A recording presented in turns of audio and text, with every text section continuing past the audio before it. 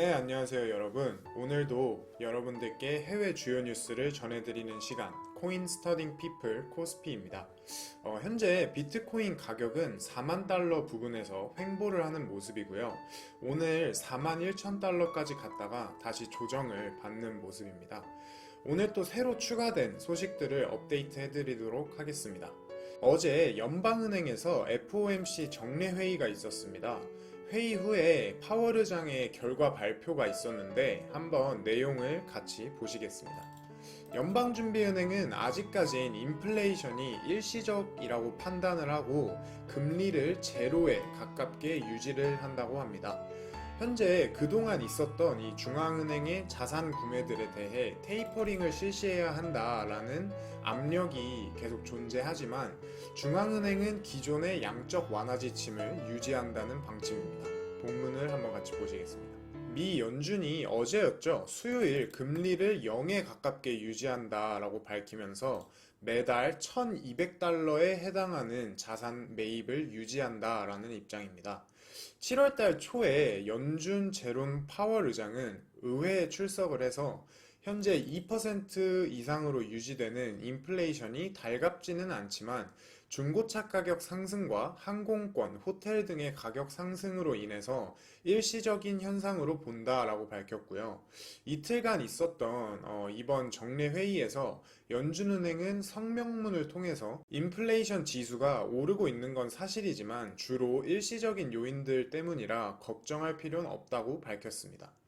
또한 현재 중앙은행의 자산 매입을 중단하고 테이퍼링을 해야 한다라는 압박들이 나오고 있지만 파월 의장은 현재의 양적 완화는 최대치의 일자리를 창출하고 있다라고 재차 강조를 했고요.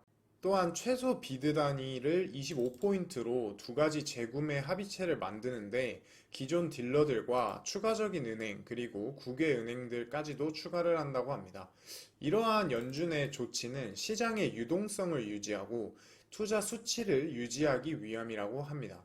또한 이번 회의에서 위원회는 미국 경제가 연준의 목표치에 도달을 하였고 앞으로의 미팅에서 경과를 더욱 지켜볼 예정이라고 전하면서 이 만일 경기가 연준의 회복 목표에 도달하면 조만간 테이퍼링을 실시할 수도 있다 라고 정했고요. 파월 의장은 또 이번 회의에서 자산 매입의 속도와 방향에 대해서도 조정하는 방안을 검토했다라고 전했습니다.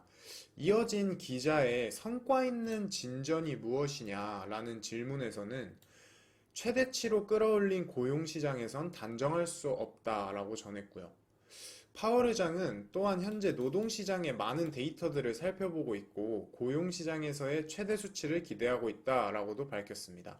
다만 현재 델타 바이러스의 재확산으로 여러 가지 활동들이 다시 제한이 되면서 경기 침체가 우려되고 있다라고 밝혔고요. 현재 새로운 바이러스의 확산세로부터 안전한 사람은 없다면서 백신의 접종 중요성을 매우 강조했습니다. 네, 그래서 여기까지 기사를 읽어드렸는데 다행히 어제 연설에선 양적 완화를 유지를 하고 금리도 유지를 해 주었습니다. 다만 어제 연설 30분 전부터 금리 인상에 대한 어떤 우려들이 나오면서 비트코인 시장이 급격히 조정을 받는 모습도 나와 주었고요. 앞으로 연준 쪽의 소식도 꾸준히 지켜봐야 할 것 같습니다. 미국의 거대 은행인 뱅크 오브 아메리카에서 CBDC가 기존의 현금보다 더욱 효율적이다라는 보고서가 나왔습니다. 미국에서 두 번째로 큰 은행인 CBDC의 가치를 공식적으로 인정을 한 건데요. 본문을 한번 같이 보시겠습니다. 뱅크 오브 아메리카가 중앙은행에서 발행하는 디지털 화폐가 현존하는 현금 시스템보다 훨씬 더 효율적이라고 연구 자료에서 발표했습니다. 또한 가까운 미래에 CBDC가 결국 기존의 현금 시스템을 대체하게 될 거다라고 밝혔는데요. 이번 보고서에서는 중앙은행들의 급증하는 관심 속에서 이러한 보고서가 발표가 되었고 5월달 블록체인 인프라 플랫폼인 비숑 트레일에서 발표한 자료에 따르면 80%의 중앙은행들은 현재 CBDC의 실사용 케이스를 파악하고 있는 중이고 그 중에 40%는 이미 실현 가능성 프로그램을 실행 중이라고 합니다. 또한 현재 현금의 입지가 사기업 분야에서 블록체인이 상용화되면서 더욱 줄고 있고 중앙은행이 화폐 통제권을 잃을 수도 있다는 우려와 함께 CBDC가 가진 잠재적 가치 때문에 이러한 조사 결과가 나왔다고 합니다. 또한 현재 중앙은행이 CBDC를 발행하지 않고 있는 문제에 대해선 앞으로 중앙화폐의 입지 감소와 글로벌 시장에서의 역할 감소가 우려된다고도 밝혔습니다. 또한 CBDC가 은행 예금과 뱅크런, 개인 보안의 타협 등 여러 가지 이슈가 있기 때문에 중앙은행이 굉장히 조심스럽게 접근을 해야 한다라고 전했고요.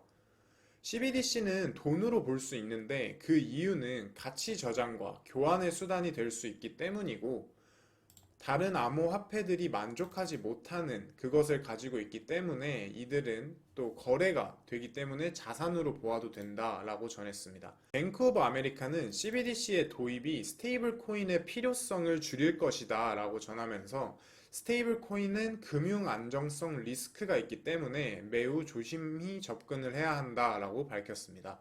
최근 들어 뱅크 오브 아메리카는 암호화폐의 잠재적 가치를 파악하고 더욱 많은 코인 관련 서비스를 늘려가기 위해서 노력 중인 모습입니다. 해당 은행은 암호화폐와 연관 기술들을 연구하기 위한 전담 부서를 만들었고 이와 별개로 현재 일부 고객들에게 비트코인 관련 상품 투자를 허용하고 유럽의 헤지펀드들과 ETF 사업도 추진 중이라고 밝혔습니다. 네, 여기까지가 이제 본문이었고요. 그래서 오늘 아무래도 이제 은행들이 대응을 해주고 있는 것 같습니다. 현재 암호화폐 시장이 점점 더 커지고 있기 때문에 대형 기관들이 자신들의 입지가 줄고 있는 걸 깨닫고 발빠르게 움직여주는 모습이 있습니다. 네, 그래서 오늘 두 가지 기사를 소개를 해드렸고요.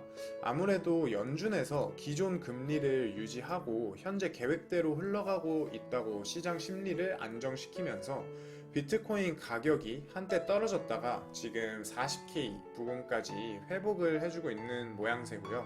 아무래도 이 양적 완화가 지속될수록 금융시장에 돈이 계속 들어오기 때문에 그만큼 유동성 확보가 되고 당분간 큰 악재가 있지 않는 이상은 비트코인 가격의 순항이 예상이 됩니다.